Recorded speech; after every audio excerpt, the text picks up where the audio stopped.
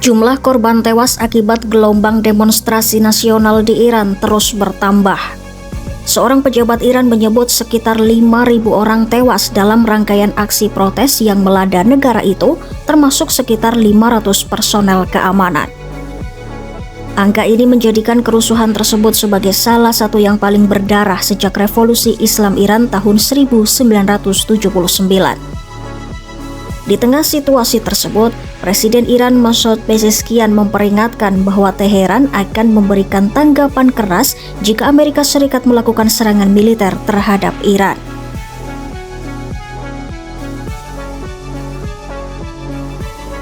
Aksi protes bermula pada Desember 2025 di Pasar Besar Teheran, dipicu keluhan ekonomi seperti inflasi tinggi, pengangguran, dan memburuknya daya beli masyarakat.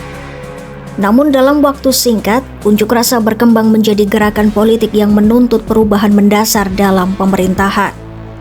Demonstrasi menyebar ke berbagai kota di seluruh Iran dan melibatkan peserta dari berbagai latar belakang, mulai dari pemilik usaha hingga mahasiswa dan laki-laki maupun perempuan, yang mencerminkan meluasnya ketidakpuasan masyarakat terhadap pemerintahan saat ini. Aksi protes mulai mereda pekan lalu setelah aparat keamanan melakukan penindakan keras. Operasi keamanan disertai kekerasan dilaporkan terjadi di berbagai wilayah, termasuk penggunaan peluru tajam untuk membubarkan massa. Di saat yang sama, otoritas Iran mengindikasikan kemungkinan dilanjutkannya eksekusi terhadap para demonstran yang ditahan selama kerusuhan. Lembaga Peradilan Iran menyatakan bahwa sejumlah tindakan dalam kerusuhan dikategorikan sebagai mohareb atau memerangi Tuhan yang dapat dijatuhi hukuman mati.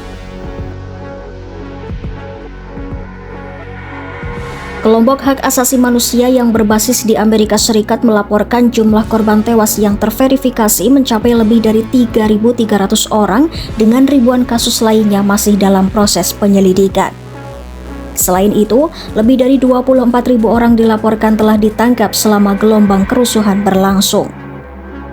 Perbedaan data korban antara pemerintah dan kelompok HAM mencerminkan sulitnya memperoleh informasi akurat di tengah pembatasan ketat terhadap media dan komunikasi.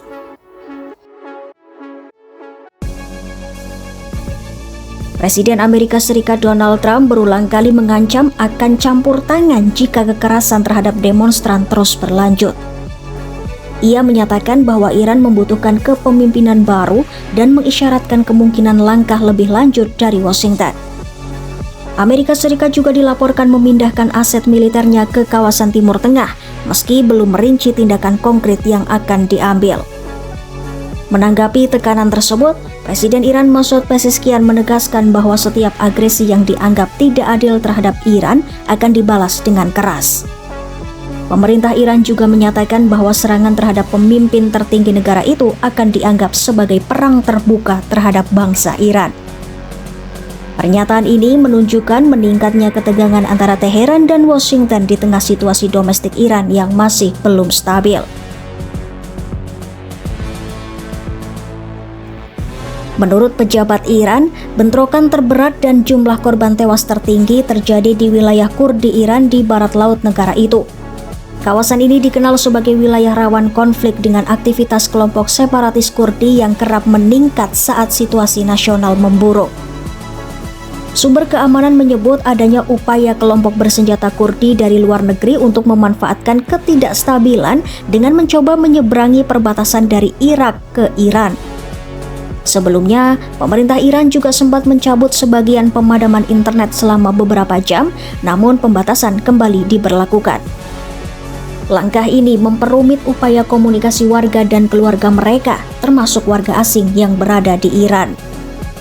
Gelombang demonstrasi di Iran meninggalkan ribuan korban jiwa dan puluhan ribu penangkapan, sekaligus memperdalam krisis politik dan kemanusiaan di negara tersebut.